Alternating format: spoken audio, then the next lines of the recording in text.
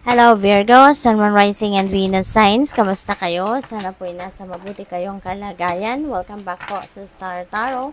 Kung bago kayo rito, welcome din kayo. Thank you for your support. I truly appreciate it. God bless you all, Virgo. Una mensahe po ninyo, Four of Swords. Ayan, Virgo. Halatang halata, no? Sa mensaheng ito, mukhang sobrang pagod kayo. Sobrang stressed out kayo. Siguro ano na kayo, overwhelmed, no? Overwhelmed na ang pakiramdam ninyo rito. Maybe there's a lot of trabaho na ginagawa ninyo. Maybe you're all over the place na may imbalances na nagmamanifest sa buhay ninyo kasi nga baka talagang sobra kayong busy. No? Marami kayong inaasikaso, maraming obligasyon, responsibilidad siguro at kaya kailangan nyo ng magpahinga naman, no? Kailangan ninyong magpahinga, you need to take a breather, you need to take some time, no? Para makapag-me time kayo, makapag-alone time kayo, nang sa gayon, makapag-replenish kayo ng lost energy ninyo at maka-rejuvenate, recuperate, and recharge kayo. It is extremely important for you to take a rest. Okay, Virgo, hindi necessary, 'di ba? Na buong isang araw hindi magtatrabaho, 'di ba? Pwede rin naman na hindi. Pero kung meron kayong luxury na gawin magpahinga, magbakasyon ng kahit isang araw, then do so. No, whatever it is na pwede ninyong gawin that will apply sa inyo, 'di ba? Gawin ninyo 'yon. Kailangan na magpahinga. Okay? Balance kailangan natin sa buhay, Virgo. Dapat lahat, 'di ba? May oras tayo para sa bawat area ng buhay natin, para balance lang ang lahat. May panahon sa trabaho, sa socialization, social life, may panahon sa barkada, sa mga kaibigan, sa obligasyon, responsibilidad, sa pamilya, sa relationship. Dapat may panahon tayo para sa lahat. Okay? Lalo na may panahon kayo dapat sa pagpapahinga, may panahon dapat kayo sa self-care, okay? Para kahit marami kayong ginagawa, marami kayong obligasyon o responsibilidad, when you are on top of your health, 'di ba? So makakaasa kayo na maganda pa rin ang inyong pakiramdam, hindi ba? So what else?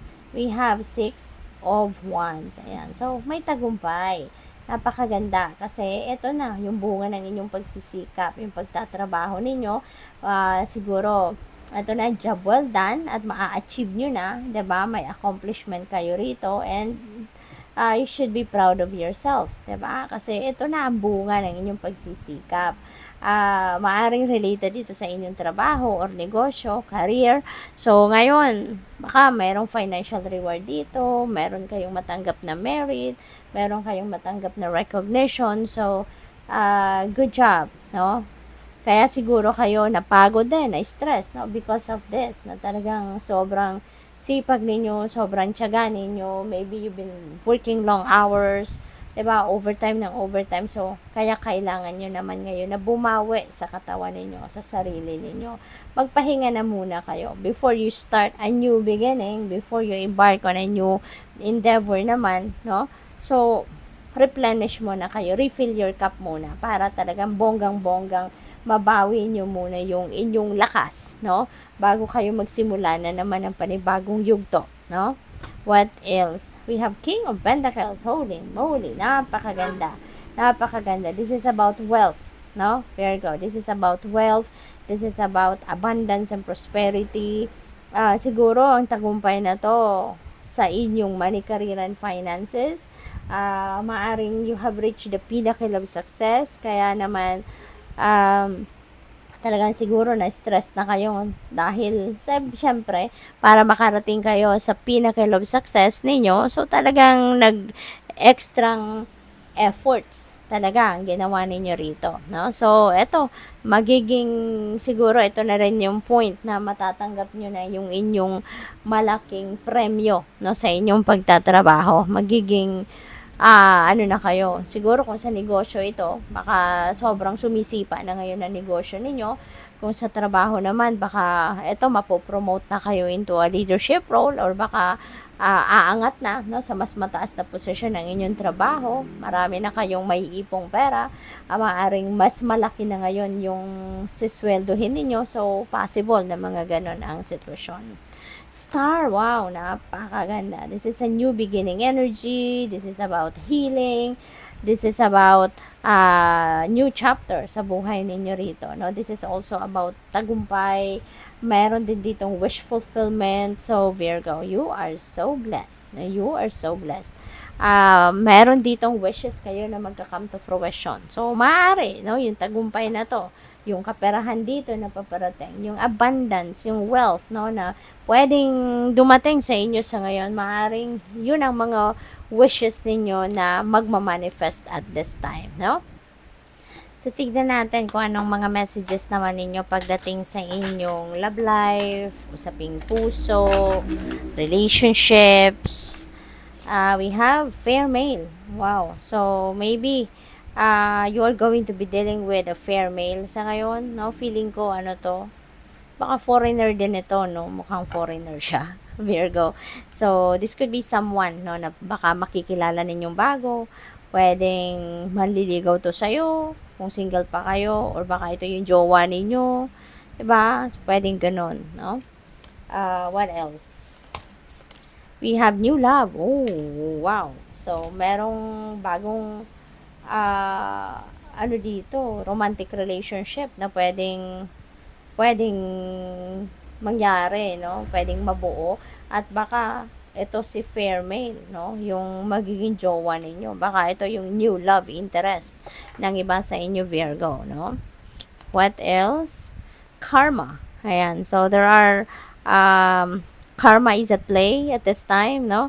Kung alam naman ninyo na kung ano yung karma is kung ano yung pinut out ninyo na energy in the past, no, that is also what's going to that's also what's going to manifest, no, sa buhay ninyo. Kung kunyari ngayon, no, baka around this time, no, during this period, baka merong karma, diba, na bumalik sa inyo sa ngayon. And since we have new opportunities dito, so maybe you have given or you have created opportunities, no, for other people in the past, no, at ngayon kayo naman ngayon siguro ang magkakaroon ng opportunities. Kayo naman siguro ngayon ang merong namang ibang tao na magbubukas din ng magagandang opportunities din para sa iyo naman, no, and that could be related, no, to relationships, no, to love life. What else? We have past life. Ayan. So, deja vu. Wow. So, siguro, no, baka there is someone, we never know, baka ito si fair male, this person is already part of your past life, diba? Pwedeng ganon, at muling nagbabalik, no? Muli kayong magkikita, so pwedeng ganon ang ganap dyan for some of you. Yung deja vu naman, so maaaring meron ditong pangyayari sa buhay ninyo, sa relasyon ninyo, na maaaring mag-manifest, na mapapansin ninyo na parang, this is exactly what happened na sa inyo, sa kung kailan man, no, merong mga pangyayaring as it unfolds, no, habang nangyayari ang sitwasyon, minsan meron tayong maiisip na parang hindi kayo mapakali kasi yung nangyayari right now sa inyo ngayon, naiisip ninyo na parang nangyari na to sa akin, eksaktong-eksakto na nangyari na to sa akin at some point sa buhay ko. You just don't know exactly kung kailan ito nangyari, but alam mo sa loob mo, no? Alam mo sa loob mo na yung nangyayaring yun, no, sa buhay ninyo, right at that moment, ay nangyayari na yan, na-experience mo na yan at some point in your life. And that's what we call deja vu. So, siguro, merong ganong ganap, no, sa buhay ninyo, or magaganap sa buhay ninyo, na manonotice ninyong ganon, no? So, anuhin ninyo yan.